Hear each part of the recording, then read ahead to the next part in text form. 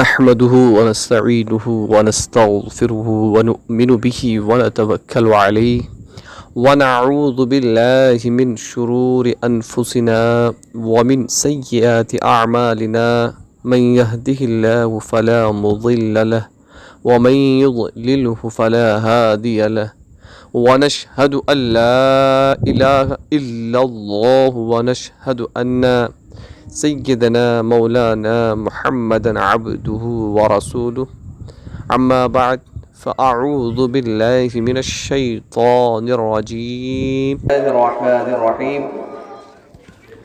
يا أيها الذين آمنوا اتقوا الله ولتنظر نفس ما قدمت لغد واتقوا الله إن الله خبير بما تعملون صدق الله العظيم معزز سامعین کرام، میں نے ابھی جس آیت کریمہ کی تلاوت کرنے کا شرف حاصل کیا، یہ آیت میرے ذہن پہ آئی حضرت جب نعت شریف پڑھ رہے تھے اسی وقت کہ ہم آئے ہیں اور لوٹ جانا ہے، ہم نے کل کے لیے کیا کیا ہے۔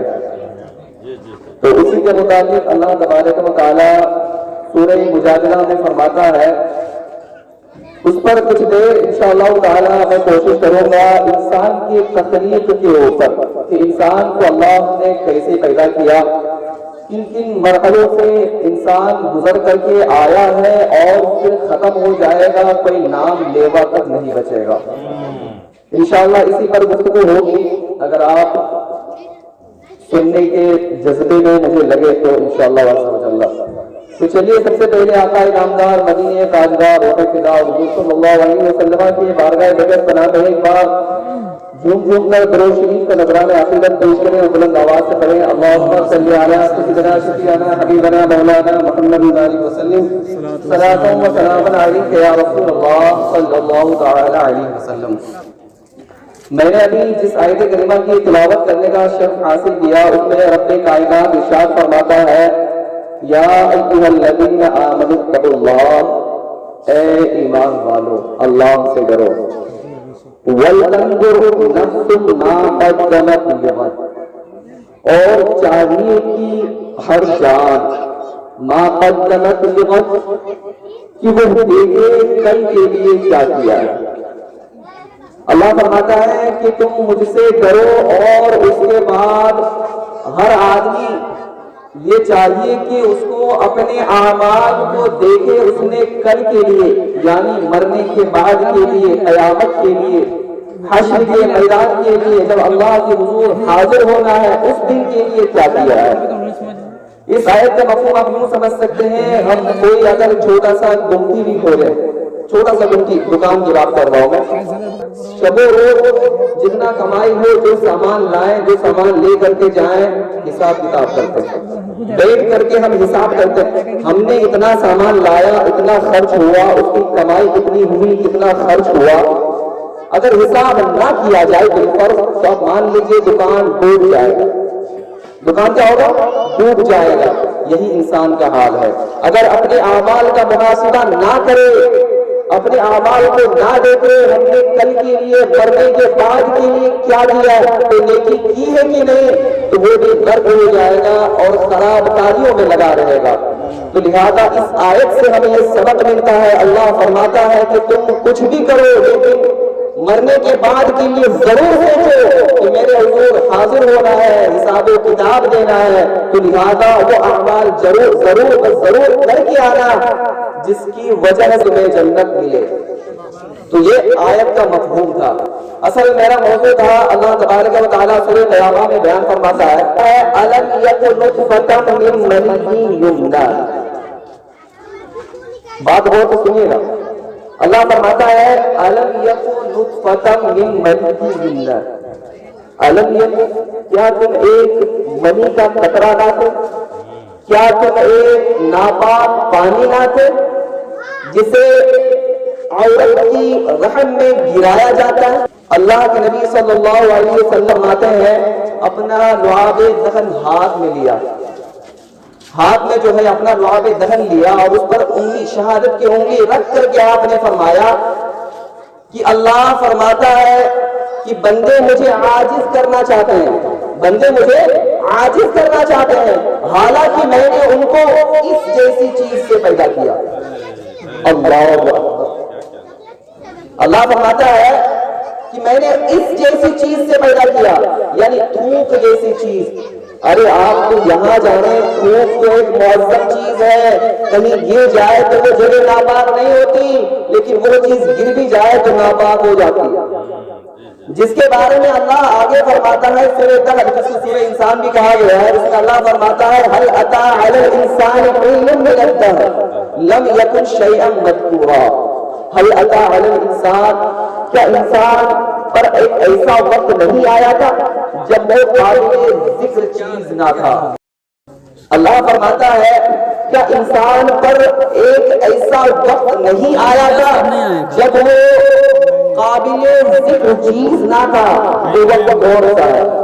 وہ وقت یہی وقت ہے جب صرف اور صرف ناپاک قطرہ رہتا ہے، اس وقت وہ قابل ذکر چیز نہیں ہوتی۔ اس آیت کو مد نظر رکھیے گا، اللہ سورہ قیامہ میں کیا فرمایا؟ أَلَمْ يَكُنْ نُطْفَةً مِّن مَّنِيٍّ يُمْنَىٰ، کہ تم ایک منی کے ناپاک قطرے تھے، ٹھیک ہے؟ اس کے بعد سورہ دہر کی پہلی آیت میں اللہ فرماتا ہے هل اتى على الانسان حين من الدهر، کہ انسان پر ایک ایسا زمانہ نہ آیا تھا جب وہ قابل ذکر چیز نہ تھا، مانے وہ ایک کوئی چیز تھا ہی نہیں جس کی ذکر بھی کی جائے۔ اس چیز سے اللہ تبارک و تعالیٰ فرماتا ہے سورہ مومن میں هو الذی خلقکم من تراب ثم من نطفة ثم من علقة ثم من مضغة، وہی ہے جس نے تم کو مٹی سے بنایا، ثم من نطفہ، پھر نطفے سے بنایا، ثم من علقہ، پھر دل کیا ہے خون کا لوتھڑا بنایا، پھر اس کے بعد کیا کیا؟ اس میں کچھ مدتیں گزری، حیاتیں بدلتی گئی، اس میں روح کا بچہ پیدا ہوا، بچے سے کیا ہوا؟ جوان ہوا، بڑھاپے میں آیا، بڑھاپے ہونے کے بعد پھر وہ لوٹ کر کے چلے جاتا ہے جہاں سے آیا تھا۔ اسی کا ذکر اللہ تبارک و تعالیٰ سورہ مومن میں فرماتا ہے۔ اسی کی آیت کو جب ہم دیکھیں اور اسی کی روشنی میں ہم جب دوسری آیت کو دیکھتے ہیں جو سورہ قیامہ میں ہی ہے، أَلَمْ يَكُنْ نُطْفَةً مِّن مَّنِيٍّ يُمْنَىٰ کے بعد ثُمَّ خَلَقَ فَسَوَّىٰ فَجَعَلَ مِنْهُ الزَّوْجَيْنِ الذَّكَرَ وَالْأُنثَىٰ، کہ اس نے ہمیں خون کا لوتھڑا بنایا، فَخَلَقَ فَسَوَّىٰ، پھر بچہ بنایا اور درست کیا، فَجَعَلَ مِنْهُ الزَّوْجَيْنِ الذَّكَرَ وَالْأُنثَىٰ، اور میں نے دو جوڑے بنائے اسی میں سے، اسی خون کے لوتھڑے میں سے، اسی ناپاک قطرے میں سے میں نے کیا بنایا؟ فَجَعَلَ مِنْهُ الزَّوْجَيْنِ، اسی میں سے دو نصف بنائے، دو عدد بنائے، اسی میں سے کچھ کو مرد بنایا اور کچھ کو عورت بنایا۔ اسی کے بعد اللہ فرماتا ہے أَلَيْسَ ذَلِكَ بِقَادِرٍ عَلَىٰ أَن يُحْيِيَ الْمَوْتَىٰ، أَلَيْسَ ذَلِكَ بِقَادِرٍ، کیا میں اس پر بھی قادر نہیں کہ تمہیں دوبارہ زندہ کروں؟ اللہ اکبر۔ اس آیت پر قربان جائے، آیت پر قربان جائے، اللہ فرماتا ہے یعنی منکرین سے خطاب کرتا ہے، اس کو ہم اپنے آپ پر بھی اس طور پہ لے سکتے ہیں کہ ہم نماز روزے سے غافل، ہم اعمال صالحہ کرنے سے غافل، اس طور پہ ہم اپنے آپ پر بھی لے سکتے ہیں، حالانکہ ہمارا ایمان ہے مرنے کے بعد اٹھنا ہے، حساب و کتاب ہونا ہے، لیکن پھر بھی ہم اس طور پہ لے سکتے ہیں کہ ہم غافل ہیں۔ ہم کیا ہے؟ غافل ہیں اپنے اعمال سے۔ وہی آیت جو میں شروع میں پڑھا تھا، یا ایھا الذین آمنوا اتقوا اللہ ولتنظر نفس ما قدمت لغد، اے ایمان والو اللہ سے ڈرو اور دیکھو تم نے کل کے لیے کیا کیا ہے۔ تو ہم کل کے لیے دیکھتے نہیں، سوچتے نہیں، جب ہمیں کل حاضر ہونا ہے اللہ کے حضور اور ہر ایک چیز کا حساب دینا ہے۔ سورہ یاسین میں ایک آیت ہے، اللہ فرماتا ہے اس دن زبان پر مہر لگا دے گا، زبان پر مہر لگا دی جائے گی۔ زبان کے علاوہ ہمارے آنکھ، کان، ناک، ہاتھ، پیر، ہر عضو گواہی دیں گے ہمارے خلاف، ہمارے ساتھ سپورٹ کریں، ہمارے خلاف گواہی دیں گے کہ اے پروردگار یہ بندہ فلاں چیز کرتا تھا، یہ بندہ فلاں چیز دیکھتا تھا، یہ بندہ فلاں غیر کاموں کی طرف جایا کرتا تھا، فلاں چیز کو پکڑتا تھا، یہاں تک کہ کسی کو اگر اپنے ہاتھوں کے ذریعے تکلیف بھی دی جائے تو اس کی بھی اس دن پکڑ ہوگی۔ تو لہذا ہمیں چاہیے کہ اپنے بدن کو، اپنے اعضاء کو ہم سمجھ کے بیٹھتے ہیں یہی سب کچھ ہے۔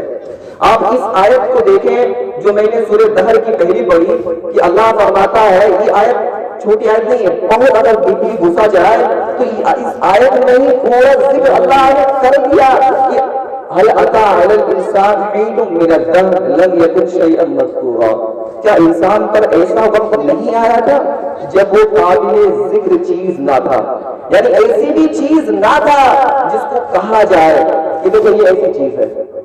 کوئی بندہ کہیں تھوک دے دے، اور کیجیے گا بات، کوئی بندہ کہیں تھوک دے دے تو کیا اپنا تھوک دکھاتا کہ دیکھو یہ میری چیز ہے، میں نے اس کو تھوکا؟ ارے اس کو دیکھنا بھی پسند نہیں کرتا، گھین کرتا۔ اب سوچ لیجئے، اسی پر قیاس کر لیجئے، وہ چیز تھوک جو پاک چیز ہے اس پر اتنا ہم گھین کرتے ہیں اور اس کو قابل ذکر چیز نہیں سمجھتے ہیں۔ کیا کوئی ایسا بندہ ہے جو قابل ذکر چیز سمجھتا ہے؟ اس کو ذکر کیا جائے، اس کو تھوک کو ہم رکھیں کہیں اچھی جگہ پہ نیلامی کیا جائے، بیچا جائے؟ نہیں، پاک چیز ہے اس کے باوجود۔ لیکن دیکھیں وہ ناپاک قطرہ جس سے اللہ نے ہمیں پیدا کیا، جو قابل ذکر چیز نہ تھا، اس کے باوجود اس سے ہم کو اللہ تبارک و تعالیٰ نے پیدا کیا، اور کل چل کے ہمیں اسی کی طرف لوٹ کر کے جانا ہے۔ تو لہذا ہمیں اپنے اعمال پر، اپنے اعمال کا محاسبہ کرنا چاہیے، دیکھنا چاہیے کہ ہم کیا کر رہے ہیں اور ہمیں کیا کرنا چاہیے۔ جو قوم اپنے اعمال کا محاسبہ نہ کرے وہ قابل ذکر قوم رہبو نہیں کرتی ہے، وہ قوم قابل ذکر قوم رہبو نہیں کرتی ہے۔ میں نے اپنے نانا کو دیکھا، ان کے ابو کو نہیں دیکھا۔ وہ تھے کہ نہیں تھے؟ تھے، آنے سے پہلے نہیں تھے، بس یہ فرق ہے۔ آنے سے پہلے جیسے میری مان لیجیے انشاءاللہ اللہ نے اگر اولادیں دی تو وہ بھی آئے گی، لیکن آنے سے پہلے ان کا ذکر ہے؟ نہیں ہے، نہیں ہے نا۔ میں چلا جاؤں گا، میرے بعد دو چار پشتے آئیں گی، اس کے بعد میرا ذکر رہے گا، صرف ناموں میں ذکر رہے گا کہ وہ ایک بندہ تھا۔